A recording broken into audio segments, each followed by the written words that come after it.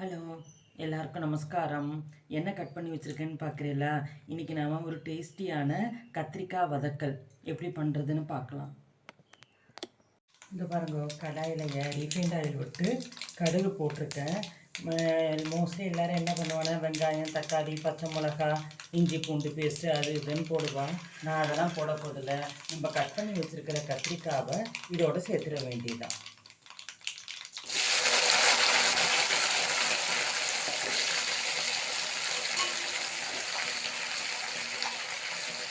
சேர்த்துட்டு இப்போவே இதுக்கு உப்பு போடக்கூடாது. உப்பு போட்டால் அவ்வளோ சீக்கிரத்தில் வேகாது. தட்டை போட்டு மூடி வச்சிடணும். அடுப்பை சிம்மில் வச்சுட்டு 5 நிமிஷத்துக்கு ஒரு உப்பு பரட்டி விட வேண்டியதுதான். இப்போ நான் வதங்கினதுக்கப்புறமா காமிக்கிறேன். பாருங்க, தட்டை போட்டு மூடி வச்சு அடுப்பை சிம்மில் வச்சுட்டு 2 நிமிஷத்துக்கு ஒரு ட்ரிப்பு கிளறி விட்டுட்டே வந்தேன். இதை பாருங்கள், நல்லா சுருளை வதங்கி வெந்து வந்துருக்கு. ஒன்று லைட்டாக அப்படி டச் பண்ணி காமிக்கிறேன். பாருங்கள், வெந்துக்கிறது உங்களுக்கு தெரியறதா?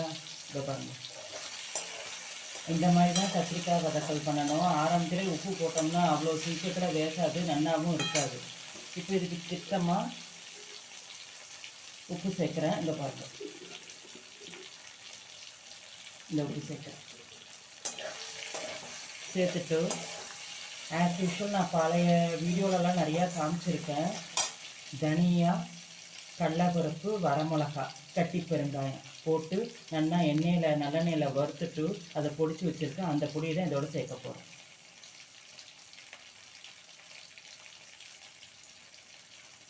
இந்த பொடி சேர்த்தோம்னா ரொம்ப நல்லா இருக்கும். நீங்கள் ஆஸ் யூஷுவல் வெங்காயம், தக்காளி, இஞ்சி பூண்டு பேஸ்ட்டு, மஞ்சள் பொடி, காரப்பொடி போடுறதுக்கு பதிலாக இந்த பொடி சேர்த்து பண்ணி பாருங்க. உங்களுக்கு டேஸ்ட்டு ரொம்ப பிரமாதமாக இருக்கும். அடிக்கடி பண்ணுவீங்க. இப்போ உப்பு காரப்பொடி சேர்த்தாச்சு இல்லையா? கொஞ்சமாக தேங்காய் திருக்கி வச்சுருக்கேன், அது இது மேலே சேர்க்குறேன். சேர்த்துட்டு கருவேப்பிலை, பெருங்காயப்பொடி போட்டு ஒரு 2 பரட்டி விட்டோம்னா ரொம்ப நல்லா இருக்கும். கத்திரிக்காய் கறி துண்டு துண்டாக இருக்கும். பாருங்கள், மோஸ்ட்லி எல்லோரும் கத்திரிக்காய் கறி பண்ணும்போது ஒன்றோட ஒன்று சேர்ந்து இருக்கிற மாதிரி தொகையல் மாதிரி பண்ணுவாங்க. ஆனால் இந்த மாதிரி பண்ணும்போது பார்த்தீங்கன்னா உங்களுக்கு தனித்தனியாக ஒத்தையாக இருக்கும். கத்திரிக்காய் சாப்பிட்றதுக்கே ரொம்ப டேஸ்ட்டாக இருக்கும். இதை சுடுற சாதத்தில் நல்லெண்ணெய் நெய்யை விட்டுட்டு போட்டு பிசைஞ்சு சாப்பிட்லாம். அப்படின்னா சாம்பார் சாதம், ரசம் சாதம், தயிர் சாதம், வெத்தக்குழம்பு சாதம் எல்லாத்துக்குமே இது தொட்டுக்கலாம். இதை பாருங்கள், உங்களுக்கு காமிச்சாலே தெரியும் எப்படி இருக்குது பாருங்கள். நீங்களும் உங்கள் அதில் ட்ரை பண்ணி பார்த்துட்டு மறக்காமல் எனக்கு கமெண்ட்டில் போஸ்ட் பண்ணுங்க. என்னோடய சேனல் பிடிச்சிருந்தா சப்ஸ்கிரைப் பண்ணுங்க. I hope you all like this video. Thank you.